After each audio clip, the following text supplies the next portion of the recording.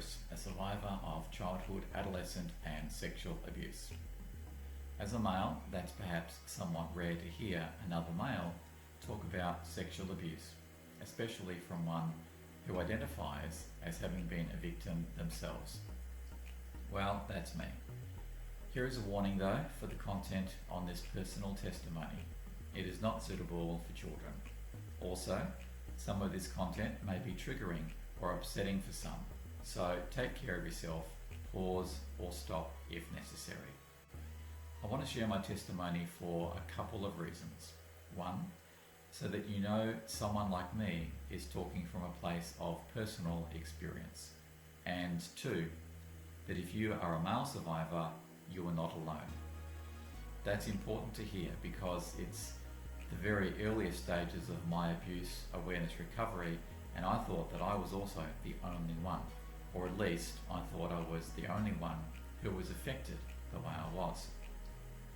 My story, of course, is unique and therefore different to others, but of course it does not make others not as bad or worse than mine.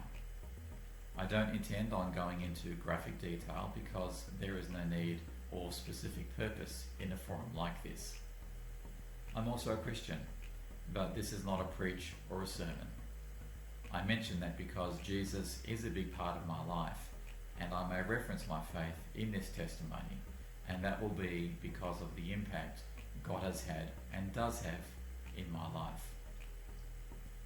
So thank you for taking the time to watch or listen to this, and thank you for allowing me to share part of my story with you. I might just jump in and give you a quick overview as to my abuse situations. I was a victim of incest by a family member over a number of years. I was preyed upon and abused by an opportunistic man, a stranger, and in a final and separate incident, I was basically raped by a man, also unknown to me. So that history was listed by age and the order of occurrences. That may come across as a very factual recollection, but my healing and recovery journey has given me insight and understanding to some of the dynamics at play in my world at that time and what I understand about perpetrators. This approach has been helpful to me, and as I've looked back on the abuse, incest doesn't happen in a vacuum. There are several factors at play that allow it to happen, and that was certainly true in my situation. There was my family of origin, the family that I grew up in. It was I had emotionally ill-equipped parents. There was constant domestic and physical and verbal abuse between them. They were unable to express love or nurture towards me. They met my physical needs, food, clothing, shelter, but not my emotional or relational needs. I had an older brother who disliked me. My parents weren't physically demonstrative. There was no caring touch, hugs or kisses, no parental embracing or being told I was loved. My mother was physically disabled, so the house was very untidy and messy, according to her. So my parents were too ashamed for my friends to visit. In an age where everyone had a telephone at home, we did not have one, by their choice. They had no social connections, again, perhaps because of the house image. The extended family were mostly distant. Christmas was the only all-together gathering we had. Strange to me as a child was the fact that my father's family were never talked about. My parents were very poor. My father had 2 jobs, trying to provide for the family. My mother also had a night shift job, so I was left with other family members to look after me. So my world as a child was like this. There was no love demonstrated at home. There were none of my friends allowed at home. There were no social interactions or lessons to be modelled or learned at home. So the incest started when I was aged 4 and lasted 7 years until I was 11.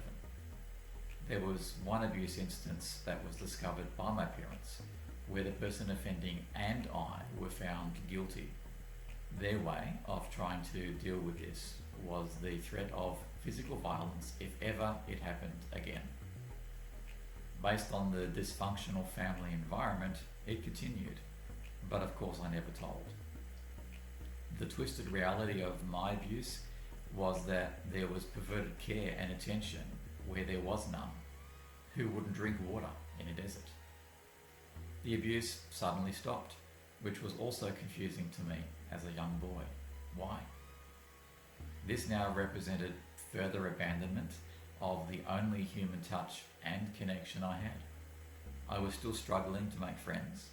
I was lonely at school and lonely at home. I had a socially, emotionally, and relationally empty life. So I'm an early teenager now. I'd often ride my bicycle to escape the home environment. I was in a park on one occasion and there was a stranger there, a man I did not know. As I now understand, like many pedophiles, he saw a vulnerability in me. He was friendly to me, took an interest in me, nobody else did. He presented an opportunity, an adventure of exploring a nearby abandoned house. Then he molested me. Such was the shame inside of me at school the next week, I was convinced all of my fellow students would know just by looking at me. Later that year, I caught a bus into the local town on a Saturday morning, another regular escape for me. I would go into shops and wander the streets. At one point, I needed a toilet, a restroom. I found one, but it had a broken door lock. A man tried to push his way in, knowing it was occupied by me. I was able to push the door closed. He pushed his way in again a second time, this time more forcefully, and I was not able to stop him. He then sexually assaulted me. He left, and once I thought he was gone, I ran out of there as fast as I could. I circled the streets, trying to make sure he wasn't following me. I then caught a bus home, still petrified. He had somehow followed me. Once I got home, I was convinced again that my parents would know somehow what had happened. And again, going back to their model of handling abuse, I was certain that if they knew, they would have told me it was my fault, that I was guilty, and that physical threat from my earlier childhood came straight back to my mind. So of course, I never told them. I never told anyone. So what I now know is that the trauma response for me was to subconsciously block the memories of the abuse. This led to all of my teen years being very unhappy ones. As a young adult, I was immensely unhappy, but I didn't know why.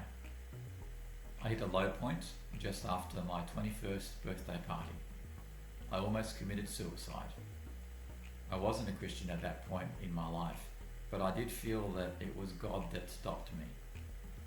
That was somewhat of a turning point in my life, and things were feeling better for me. 6 months later, I met a woman who is now my wife. She was a Christian.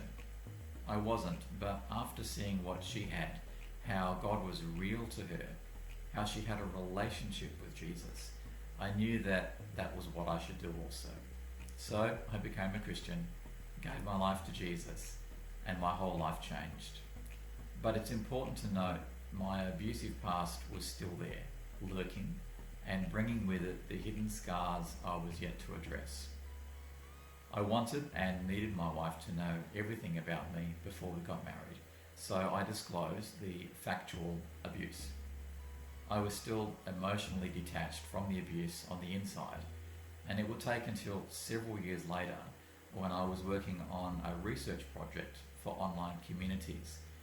It took that before the realities of my abuse would come crashing down on me. That content about male childhood sexual abuse that I encountered triggered the repressed memories. As a result of that, I joined an online male survivors group and told my wife of the abuse's impact I was now aware of, and I shared with her the beginnings of my healing journey. It's now many years later as I continue on my recovery. I want to tell you, you are not alone. Help is around from people like me who understand. Ask Jesus to help if you want. He's helped me. Check out this YouTube channel, BG Down Under. It's here to help other survivors of childhood sexual abuse and to equip others to help others. I have an introduction video here that explains more about this channel. I encourage you to hit the subscribe button and the bell icon so that you are notified when additional content is available. Take care.